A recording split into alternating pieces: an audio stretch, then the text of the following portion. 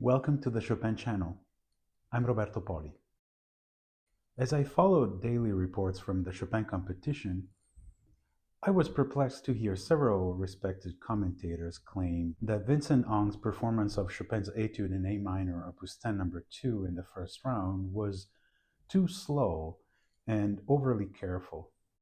Yet, among all the contestants who performed the piece, 5, if I counted correctly, Ong was the only one who actually played the etude at the tempo indicated by Chopin himself, quarter note equal 144.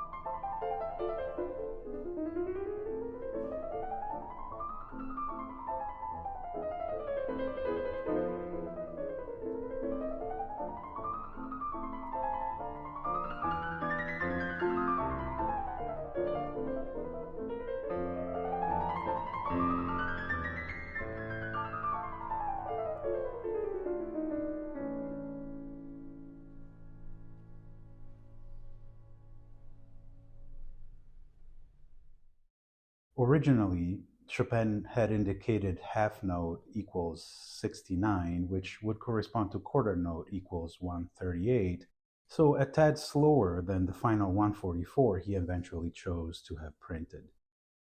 Many also found Vincent Ong's performance of the third movement of the first piano concerto as being cautious, too slow, etc. In reality, he is the only one of the finalists playing the first concerto who actually observed Chopin's quarter note equals 104.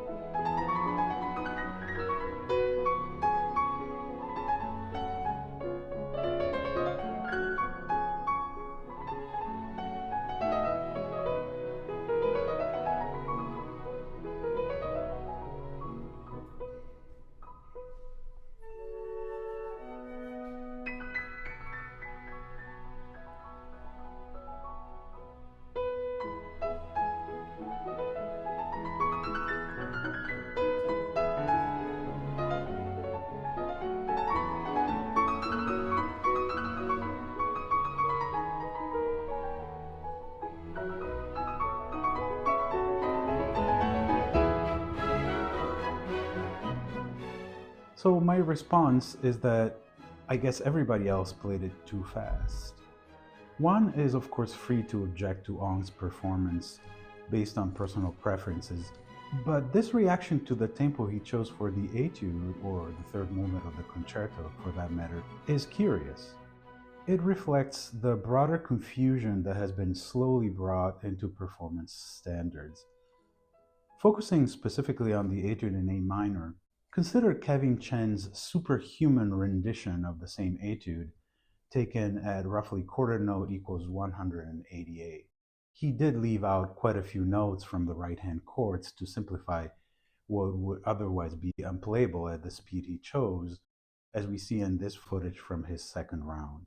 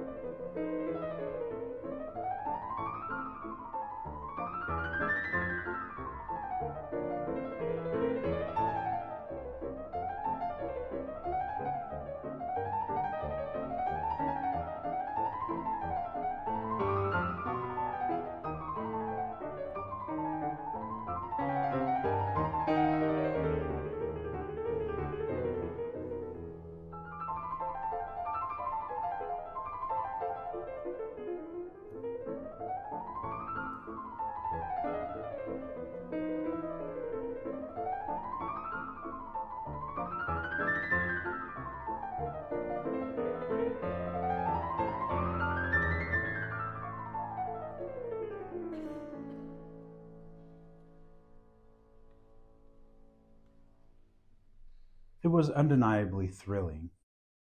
But have we now decided that 188 or something close to 188 has become the new standard and that only a faster speed manages to do justice to the piece? Is this what is expected from every performer from now on?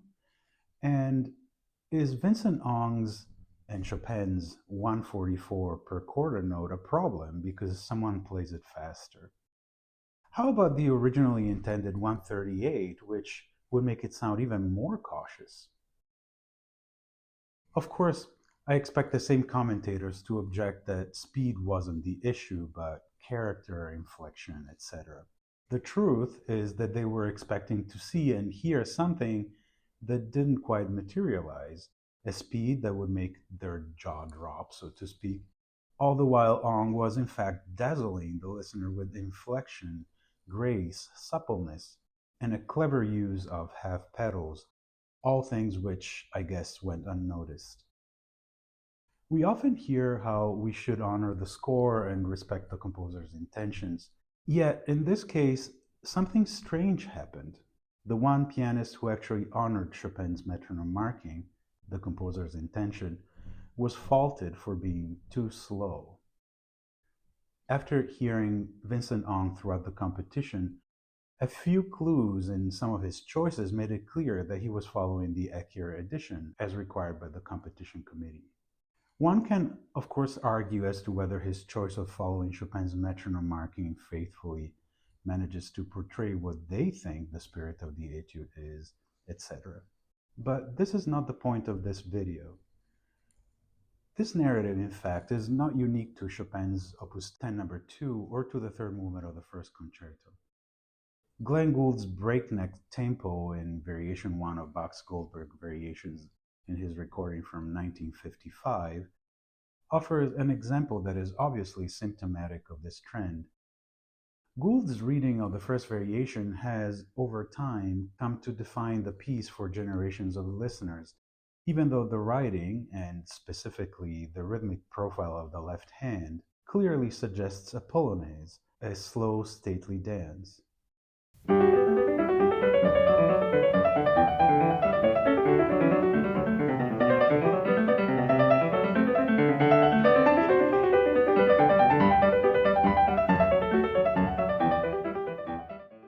Yet, few modern pianists dare to play it that way. The precedent set by Gould has become a kind of mythic benchmark. His reading is exciting in its own way, for sure, but it does not align with the music itself. As a friend put it, unreflective acceptance is exactly what this is, taking for granted that something is correct without questioning it. But unlike Chopin's etude or concerto, in the case of Gould's first variation from the Goldbergs, when the piece became popular among pianists, there was very little performance history of the variations, so it became the default approach out of deference for what was considered an iconic recording, I guess. Perhaps today Gould's recording is no longer a point of reference the way it was 30, 40 years ago, but somehow the speed for the first variation has remained as a standard. An episode from my own teaching reveals a similar kind of expectation, this time affecting dynamics. One of my students recently played Chopin's Etude in C major, Opus 10 No. 1 in a competition. A juror objected that she had not played piano in measure 17, but Chopin never wrote a piano there. The tradition of softening that passage, perhaps popularized decades ago by Ashkenazi, has become so ingrained that playing it forte today sounds wrong. There's nothing wrong with playing the passage softer, of course.